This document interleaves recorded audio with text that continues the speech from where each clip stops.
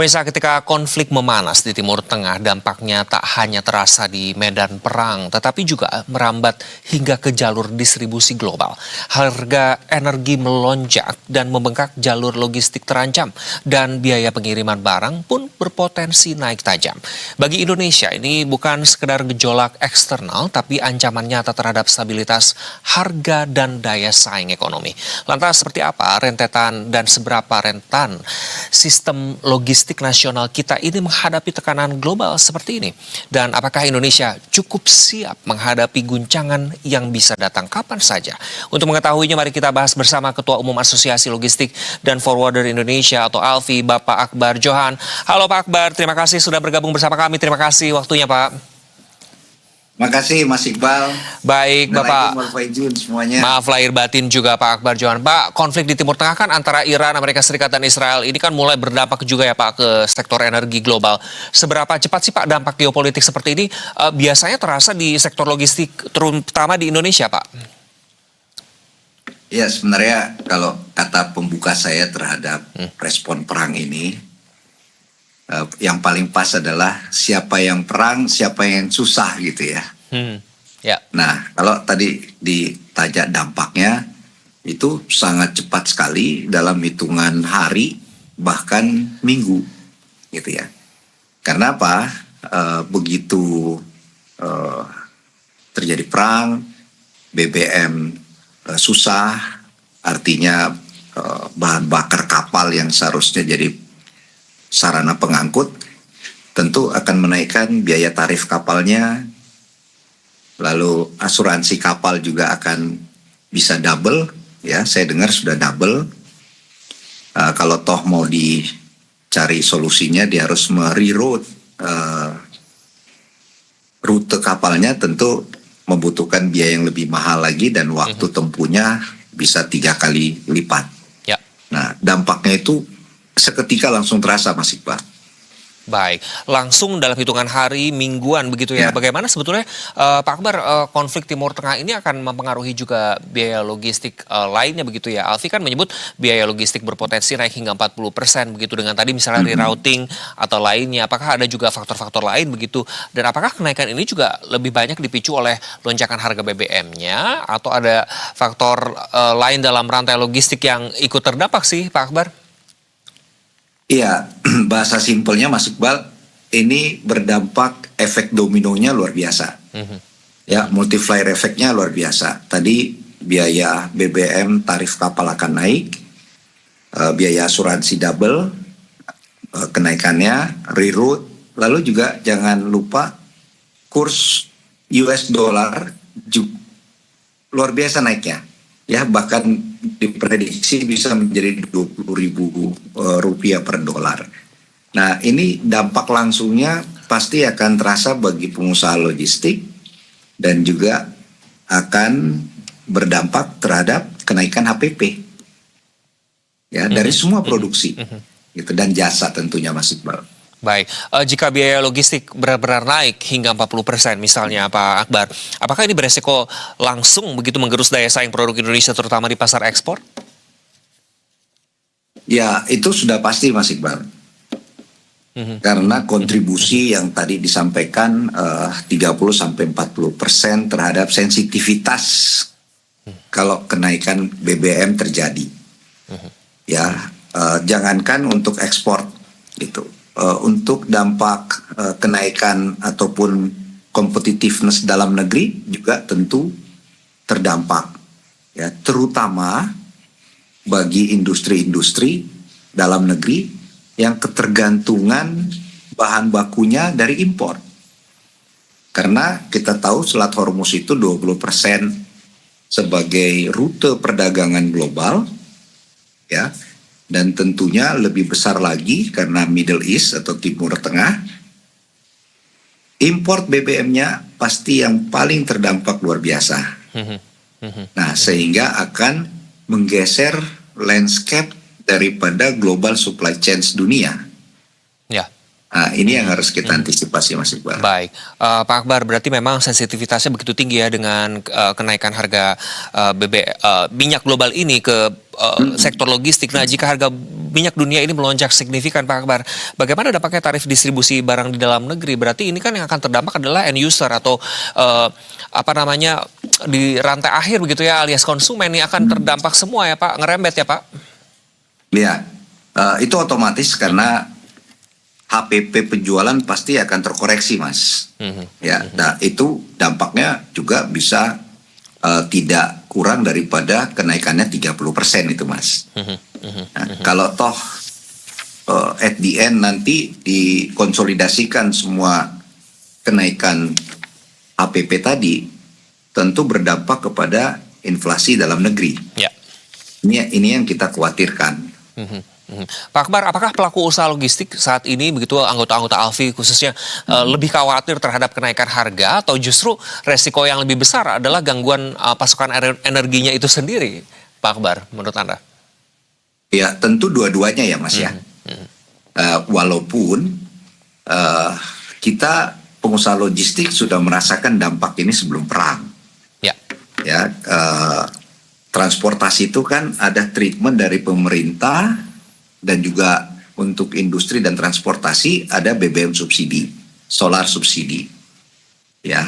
Tetapi sayangnya tata kelola daripada solar subsidi ini, ya, ini juga tidak merata di setiap wilayah. Contohnya di Kalimantan Timur sebagai resources daripada minyak, itu anggota saya harus mengantri sampai seminggu tuh. Seminggu, untuk Pak? mengisi sampai seminggu. Ya, untuk mengisi solar pada armada truknya. Tidak jarang juga mereka harus membawa galon ya, supaya lebih cepat. Tapi kan terbatas. Baik. Ya. Itu di Kalimantan Timur. Gimana dengan Indonesia Timur? Itu lebih sengsara lagi tuh, Mas Iqbal. Oke. Jadi kalau pertanyaan tadi harganya naik ataupun barangnya shortage, dua-duanya akan membawa dampak yang luar biasa. Tetapi kalau harganya naik, selama kita punya daya beli masih nggak masalah. Ya, tetapi kalau barangnya yang nggak ada atau yang kurang, ini yang menjadi masalah besar, Mas Iqbal. Kemungkinan akan terhenti begitu ya rantai pasok ini, Pak Akbar. Dalam kondisi seperti ini, sektor apa atau industri apa sih sebetulnya yang paling rentan terdampak dari sisi distribusinya? Ya, yang paling utama sih, Mas, kalau payungnya, payung besarnya, yaitu semua industri dan jasa sebenarnya yang bahan bakunya tergantung daripada impor. Oke. Nah, ini yang paling terasa tentu di industri pangan, ya, terus langsung manufacture, ya. Kalau di industri baja misalnya, itu juga bahan bakunya masih banyak tergantung ya, kurang lebih 60%. Itu tergantung daripada raw material import, Mas Iqbal. Justru itu kenapa program Bapak Presiden ya tadi ada ketahanan pangan, ketahanan energi, ketahanan teritorial. Ya, ini memang harus sesegera mungkin dilakukan percepatan. Ya. Seperti di industri baja seharusnya lokal raw material atau TKDN, misalnya batu bara gitu ya, iron ore, bahkan kapur ya sebagai bahan baku utama, ini harus bisa diakomodir oleh pabrik-pabrik baja dalam negeri. Sehingga ini menjadi turunan daripada hilirisasi tadi, Mas Iqbal.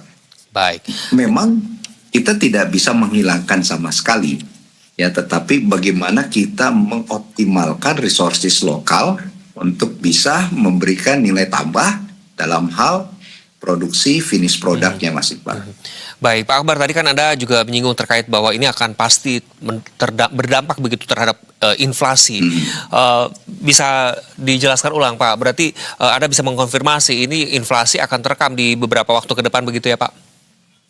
Iya, karena dampak tadi, Mas, karena supply chain itu menjadi urat nadi daripada perekonomian. Kalau misalnya dia tergerus biaya produksinya, artinya tadi BBM naik, karena itu menjadi kontribusi besar untuk armada tracking, gitu ya, armada kapal baik itu laut maupun udara. Dan tentu jangan lupa kalau BBM naik, tentu pegawai pun kos transportasinya tinggi, Ya. sehingga pasti akan minta penyesuaian gaji. Itu alamiah gitu ya Mas Iqbal ya. Ya. Nah, mengapa saya selalu bilang BBM ini akan menjadi trigger untuk memberikan kos yang tinggi. Ya. Ya. Nah, kalau ditanya inflasinya tentu akan berdampak kalau kita lihat kenaikannya tadi kontribusi dan lain-lain berpotensi menaikkan inflasi itu 0,5% sampai 1,5% Mas Iqbal. Baik, Pak, secara garis besar atau misalnya secara umumnya, ekosistem logistik nasional kita ini sudah cukup resilient-kah Pak menghadapi shock global seperti perang yang sedang terjadi ini, atau masih terlalu bergantung pada faktor eksternal seperti harga energinya Pak? Memang kalau kita lihat dan kita sudah jelaskan tadi kontribusi daripada import BBM tadi kurang lebih 40% Mas Iqbal. Tetapi dengan topografi dan ada 17.000 pulau, kita negara maritim gitu ya Mas ya. Ya. Tentu BBM ini menjadi satu parameter yang paling berpengaruh. Ya, tetapi dengan demografi kita yang hampir 280 juta Mas. Ya. Memang ini menjadi satu kekuatan ekonomi nasional yang harus kita optimalkan dengan sesegera mungkin melakukan kedaulatan energi. Ya, sehingga kita tidak tergantung dengan efek eksternal ataupun efek global yang sedemikian besarnya, gitu loh Mas. Jadi opportunity ekonomi nasional kita unlimited, sehingga tidak ada alasan lagi untuk bisa kita optimalkan kemampuan dalam negeri, terutama sumber daya alam tadi Mas. Begitu. Baik, berarti ini waktunya untuk unlock the potential itu ya Pak. Berarti dari sisi kebijakan terakhir Pak Akbar, langkah apa yang paling mendesak dilakukan pemerintah begitu untuk menahan dampak lonjakan biaya logistik ini Pak Akbar terakhir? Iya, tentu kalau kita melihat internal, penguatan dan transformasi tata kelola logistik menjadi momentum yang paling berharga saat ini, Mas Iqbal. Ya. Ya, karena bukan hanya BBM jadi masalah, tetapi bagaimana kita mentransformasi harmonisasi regulasi misalnya. Ya, artinya keputusan ataupun regulasi pusat dan daerah ini bisa tidak overlapping, gitu ya. Terus kepastian berusaha juga menjadi satu kendala yang harus segera diselesaikan. Ya, jadi PR-PR dalam negeri justru harus dilakukan percepatan nih Mas, dengan momentum ketergantungan kita terhadap global supply chains. Baik. Baik, terima kasih Pak Akbar Johan, Ketua Umum dari ALFI, sudah berbagi waktu dan insight-nya bersama kami. Selamat kembali aktivitas. Sehat selalu untuk Anda Pak Akbar. Terima kasih Mas Iqbal.